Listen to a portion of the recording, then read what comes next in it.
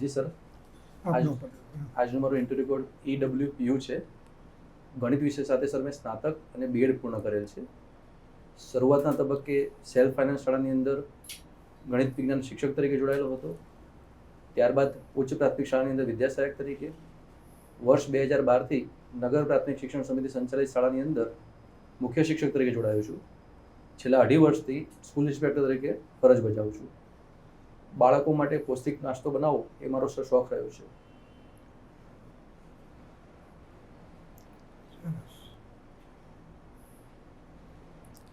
આપણે ગુજરાતના સારા મેથ્સના જાણકારો હતા એવા વિદ્વાનોનું નામ આપી શકો? જી સર, ડૉક્ટર PC વેદ સાહેબ છે. પીસી બરાબર. મારા ગુરુ ડૉક્ટર AP શાહ સાહેબ છે, હા સર. જે પણ પાઠ્યપુસ્તક મંડળમાં કન્વીનર તરીકે રહેલા છે. બાકી સર મારા બધા જે ગુરુજનો છે એ બેસ્ટ મને સર ભણાવે છે. બરાબર. જેના પાઠ્યપુસ્તકો હોય ચાલતા હોય એવા કોઈ મહાનુભાવોના નામ જાણો છો? સોરી સર, એનો ખ્યાલ નથી. 11 12માં ને અલગ અલગ શબ્દ તમારા અભ્યાસક્રમમાં નામ હોય જી સર, જેને convener- યોગદાન આપ્યું એવામાં. જી સર, ડૉક્ટર AP શાહ સાહેબ કીધું કન્વીનરમાં છે.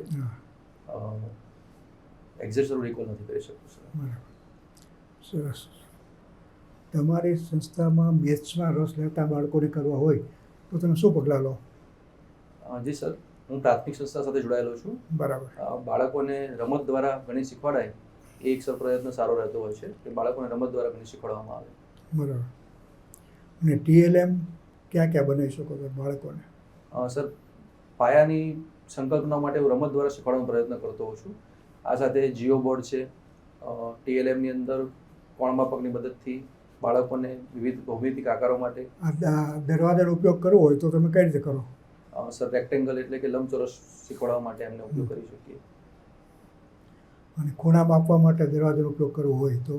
જી સર, 90 એંગલ છે એટલે એના માટે 90નો ખૂણો બતાવવા માટે પણ આપણે એનો ઉપયોગ કરી શકીએ છીએ. બરાબર છે. તમારી બાળકોને ભૌમિતિના બધા સાધનોનો ઉપયોગ સમજાવે છે? જી સર. બરાબર. અને બાળકોમાંથી કયું સાધન વધારે ગમે છે?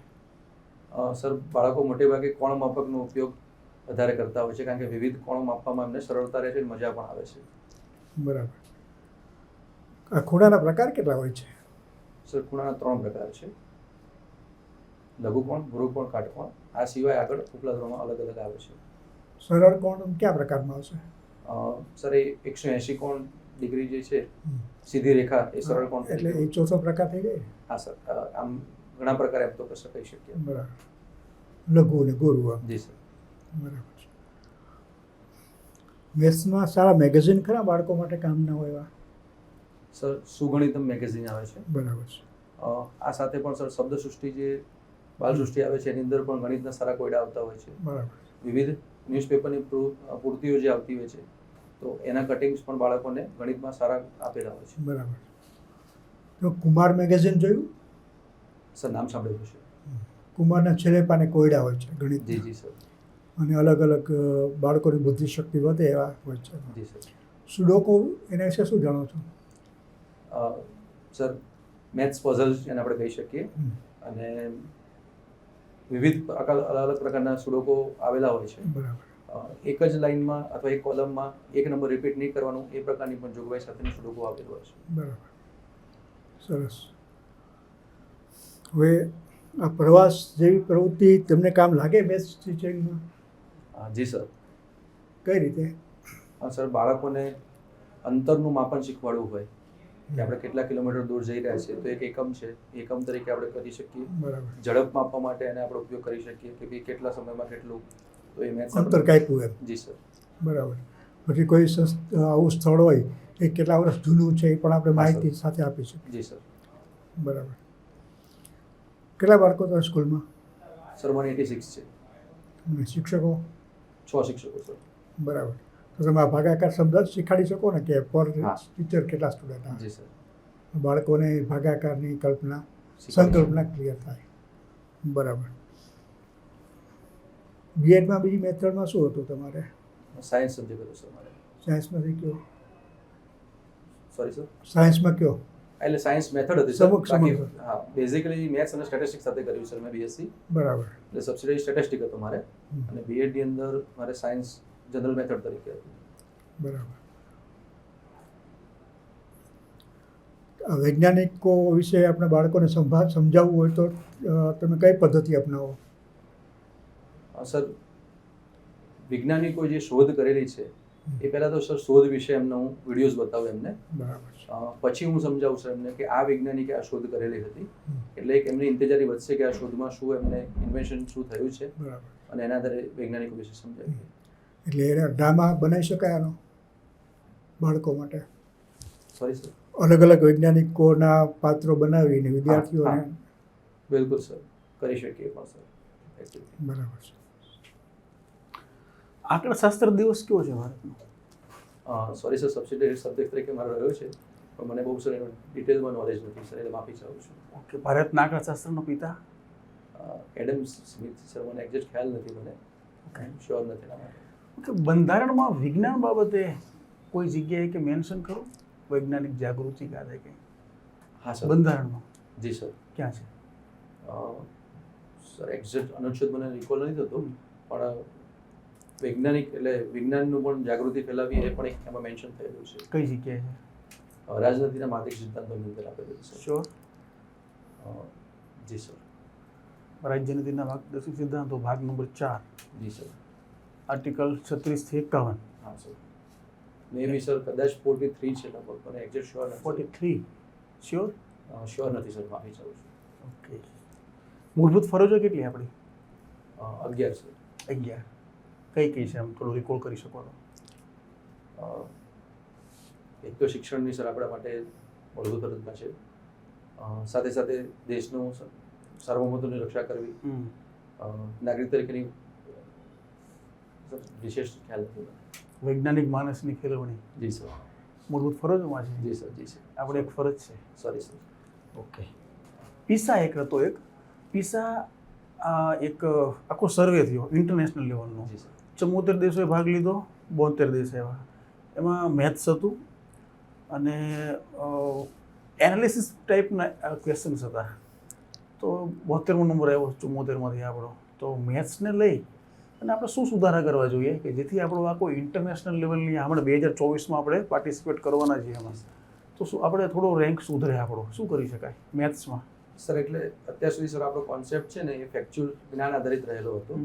ગુણાકાર પણ 3 વત્તા એટલે 3 ગુણ્યા 3 એવી રીતના શીખવાડવામાં આવતું હતું. હવે સર જ્યારે એનસીઈઆરટી બુક્સ અવેલેબલ અને આપણે કોર્સમાં પણ આવી ગઈ છે, તો સર ત્યાં આગળ હાયર ઓર્ડર થિંકિંગ વાળા ક્વેશ્ચન્સ પૂછવામાં આવે છે. જેમ કે બાળક મલ્ટિપલ વસ્તુ વિચારતો થાય.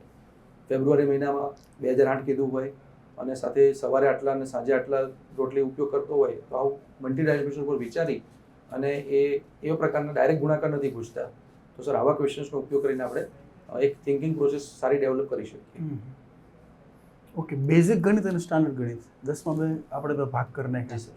તમને એવું નથી લાગતું કે ભાઈ મેથ્સનું જે રિઝલ્ટ નીચું આવે છે એસએસસીમાં, એ થોડું સુધારવા માટે સરકારે આ કરી નાખ્યું કે બેઝિક ગણિત ને મેથ્સ ગણિત, જેથી કરીને મેથ્સનું રિઝલ્ટ સારું આવી જાય અને સરકાર ઉપર કોઈ પછી પેપરમાં ને એ રીતે ન આવે કે આટલું રિઝલ્ટ આવ્યું, ઓછું આવ્યું?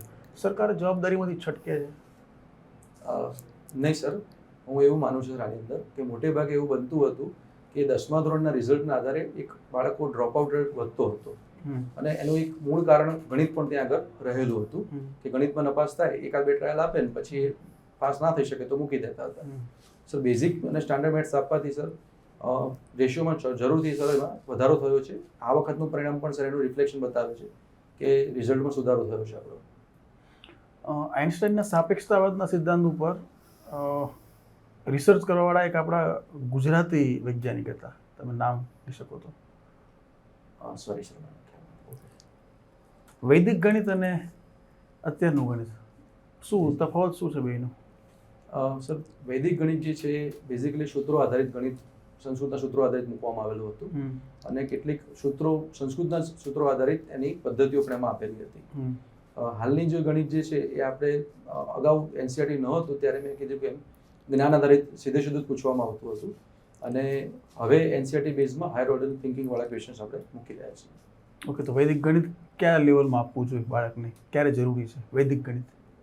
જી સર, અત્યારે 6ઠ્ઠા ધોરણથી આપણે શરૂ કરવા જઈ રહ્યા છીએ. આ ચાલુ વર્ષે 6ઠ્ઠું, 7મું અને 9મા ધોરણમાં ઇમ્પ્લિમેન્ટમાં મૂકીશું સર. ઓકે, રામાનુજનનું ગણિતનું શું પ્રદાન છે? સર, ખૂબ જ નાની ઉંમરમાં ઓછા એમના જીવનકાળ દરમિયાન એમને 37 વધારે થિયરમ્સ એમને શોર્ટ આઉટ કરેલા હતા, એટલે કે ઉકેલેલા હતા, અને ગણિત ક્ષેત્રે ખૂબ જ મોટું ખેડાણ કર્યું એવું કહી શકીએ. આ અબેકસ શું છે? સર, અબેકસ એ આમ એવું કહી શકાય ચાઇનીઝ પદ્ધતિ છે મેથેમેટિક્સ માટેની, પણ સર બેઝિક એની અંદર જે આપ્યું છે એ આપણું વૈદિક ગણિતના સૂત્રોનો પણ ઘણો બધો ઉપયોગ અને મણકા આધારિત ગણતરી એમાં કરવામાં આવતી હોય છે. બેમાંથી સારી કઈ? સોરી સર, એનો ડિટેલ મને વ્યક્તિગત અભ્યાસ નથી સર, એટલે હું નહીં કહી શકું સર. બરાબર છે. રજાના નિયમો 2002 GCSR મુજબ અર્ધ પગારી રજા મારે લેવી હોય તો કયા સંજોગોમાં મળે? સર, સામાન્ય સંજોગોમાં તમે વ્યક્તિગત કારણસર પણ એમાં અર્ધ પગાર રજા મૂકી શકીએ છીએ આપણે. અને પૂરા પગારની લેવી હોય તો? સર, એમાં મેડિકલ સર્ટિફિકેટ તમારે વ્યક્તિ તમારી અથવા તો કુટુંબને કોઈ મેડિકલ પ્રોબ્લેમ હોય તો મૂકી શકાય છે. અચ્છા, રજા લેતી વખતે આપવું પડશે કે રજા ઉપરથી હાજર થાવ ત્યારે ચાલે? સર, જો સમજો કોઈ પ્લાન્ડ તમારે સર્જરી કે એવું કંઈક હોય તો ડૉક્ટરનું સર્ટિફિકેટ પહેલેથી મૂકી દેવાનું થતું હોય છે તમારે. પણ કોઈ અનસર્ટન એવું કંઈ બન્યું છે ઓચિંતું તમારે અને રહેવાનું થાય છે તો જાણ કરીને પાછળથી પણ તમે આપી શકો છો. લીવ વિથઆઉટ પે મેક્સિમમ કેટલી મળે? 3 વર્ષની સર. 3 વર્ષ. અભ્યાસ રજા? સર, 90 દિવસની. ઓકે. તમે હાજર થાવ જ્યારે તમારા ડિપાર્ટમેન્ટમાં અથવા નોકરીમાં, કેટલા સમયની અંદર તમારે તમારું મેડિકલ સર્ટિફિકેટ જમા કરાવવાનું હોય છે? સર, આઈડિયલ પરિસ્થિતિ 3 મહિના કીધું છે, પણ હાજર થાવ એટલે તરત જલ્દી સત્વરે તમારે જમા કરાવવાનું થતું હોય છે. અને એમાં જો તમે ડિસ્ટ્રિક્ટ લેવલની હોસ્પિટલમાં જાઓ અને અહીંયા તમને રિજેક્ટ કરે તો તમારી પાસે કોઈ ઓપ્શન ખરો બીજો? સર, જે મેડિકલ બોર્ડ છે એની સામે તમે ફરીવાર રિવ્યૂમાં જઈ શકો છો. ઓકે. મેડિકલ બોર્ડ ક્યાં બેસે છે? સર, હવે જિલ્લા વાઇઝ થઈ ગયા છે. અગાઉ 4 જ જગ્યાએ હતા, હવે દરેક જિલ્લાની અંદર એમાં આપી દીધેલા છે સર. ઓકે. તો વુડનો ખરીદો નામ સાંભળ્યું છે? જી સર. શું વુડનો ખરીદો શું છે? સર, 1854ની અંદર વુડ દ્વારા એક ભારતીય શિક્ષણ વ્યવસ્થા માટે એક પત્ર લખવામાં આવેલો હતો એમના પિતાને, અને આના જે સારાંશ છે વુડના ગણિત તરીકે આપણે ઓળખીએ છીએ. એજ્યુકેશન ઇન્સ્પેક્ટર તરીકે કોઈ નવી સ્કૂલને તમારે માન્યતા આપવાની હોય તો તમે શું નોર્મ્સ ચેક કરશો? સર, એમને ઓનલાઈન ફોર્મ જે ભર્યું છે અને એની અંદર ક્રાઇટેરિયા ફિક્સ આપેલા છે કે આટલી વસ્તુ એમને ભરવાની થતી હોય છે. કયા ક્રાઇટેરિયા છે? એક એમનું ટ્રસ્ટ છે, રજિસ્ટર્ડ છે. સાથે સાથે એમની ફાઇનાન્શિયલ કન્ડિશન જો સિટી વિસ્તારમાં હોય તો 3 લાખ અને ગ્રામ્યમાં હોય તો 2 લાખ મુજબ વ્યવસ્થા છે એની અંદર. મેદાની જોગવાઈ છે કે નહીં, પૂરતો સ્ટાફ, એની માટેની પ્રોસેસ શું કરેલી છે, બાળકોની સંખ્યા, અને આટલી સરળતા રિકોલ કરી શકું છું. ઓકે. નેશનલ એજ્યુકેશન પોલિસી કઈ 2 બાબત તમને સૌથી વધારે ગમી એમાં? સર, અત્યારનું જે ફોર્મેશન નવું મૂકવામાં આવ્યું છે 5+3+3+4, અને સર સ્કિલ બેઝ એજ્યુકેશનની જે વાત કરી છે એ બંને સર બાબત સારી છે. તો 5-4-4-3થી તો બર્ડન વધશે 18 વર્ષ સુધી, 3 થી 18 વર્ષ સુધી આપણી પાસે ઇન્ફ્રાસ્ટ્રક્ચર તો હજી છે નહીં ડેવલપ, તો કઈ રીતે લાગુ કરશું આને હજી? સર, વર્તમાન જે સિસ્ટમ જે ચાલી રહી છે 10+2ની જ, એ જ સિસ્ટમને સર આપણે અત્યારે 5+3+3+4માં વિભાજિત કરી રહ્યા છીએ. એટલે સર નવું કોઈ એવી રીતના અલગથી એક પ્રાઇમરી લેવલે, એટલે ફાઉન્ડેશન સ્ટેજ ઉપર આંગણવાડી માટે એક બાલવાટિકામાં એક નવું આપણા માટે થશે. બાકી જે છે એને એ પ્રમાણે વેચવાનું જ છે. ઓકે. ગુજરાત સરકારની કઈ યોજના તમને સૌથી વધારે ગમે? સર, સર્વ શિક્ષા અભિયાન યોજના જે છે એ અને એને લગતી અંદર આવેલી વિવિધ યોજનાઓ છે. તો સર્વ શિક્ષા અભિયાન તો હવે બંધ થયું ને? એટલે સર, સોરી, માફી ચાહું સર, સમગ્ર શિક્ષા અભિયાન. બરાબર. માફી ચાહું સર. તો તમે તમારી સ્કૂલમાં કોઈ ગણિત વિજ્ઞાન સબ્જેક્ટને વિદ્યાર્થીઓમાં લોકપ્રિય બનાવવા માટે કોઈ એક પ્રયાસ કર્યો હોય તો એ શું પ્રયાસ હતો? સર, બાળકોને અંકગણિતમાં વધારે રસ થાય અને મૂળ એમનું બેઝિક ઘડિયા એમને તૈયાર થઈ શકે, એટલે સર એવો મેં પ્રયત્ન કર્યો હતો કે 6ઠ્ઠા ધોરણ, 7મા અને 8મા ધોરણના બાળકો 30 સુધીના ઘડિયા તૈયાર કરે, તો એક પ્રયત્ન સર એમાં હતો, અને ગણિત વિજ્ઞાન કોર્નર સર બનાવેલું હતું. શું મેં કહ્યું ગણિત વિજ્ઞાન કોર્નરમાં? સર, જે અગાઉ મેં કીધું એ મુજબ વિદ્યાર્થીઓ વિવિધ કટિંગ્સ ન્યૂઝપેપર્સમાંથી લાવે, ઉખાણા લાવે, કોયડા લાવે, અને એ ત્યાં નોટિસ બોર્ડ ઉપર જે બુલેટિન બોર્ડ હતું એમાં લગાવે, એની ચર્ચા થાય અને એસેમ્બલીમાં પણ એના વિશે સમજ આપવામાં આવે. 1 અઠવાડિયાનો સમય આપવામાં આવે સોલ્વ કરવા માટે. ઓકે, ક્વાડ સંગઠન નામ સાંભળ્યું છે? જી સર. કયા કયા દેશો છે ક્વાડમાં? ભારત છે સર, અમેરિકા છે, ઓસ્ટ્રેલિયા છે અને જાપાન છે સર. ઓકે, AUKUS આ સંગઠન, આમાં કોણ કોણ દેશ છે? ઓક્સ કે છે? જી સર. સોરી, એના મને ખ્યાલ નથી સર. ઓકે, G4 કન્ટ્રી કોને કહેવાય છે? G4? સોરી સર, એનું પણ મને ખ્યાલ નથી. કેમ કે હમણાં હાલમાં જ રશિયાએ આપણું સમર્થન કર્યું UNSC, જી sir. United Nation Security Council. એમાં કીધું કે ભારત આવે છે તો અમને વાંધો નથી, પરંતુ બીજા દેશના નામ લીધા રશિયાએ, જે G4નો ભાગ છે. 4 દેશો છે જે UNSCનું સભ્ય બનવા માટે પોતાનો પ્રપોઝલ મૂકી છે, એમને દાવેદારી પ્રસ્તુત કરી છે. તો એક ભારત છે, પછી બીજા કોઈ દેશ જાપાન છે, પછી સોરી સર, એનું મને exact ખ્યાલ નથી. જર્મની છે અને બ્રાઝિલ છે. 4 દેશ છે. એ તાજેતરમાં ન્યૂઝમાં હતું. Thank you sir. મેથ્સ ઓલિમ્પિયા વિશે કંઈ જાણો છો? હા જી સર.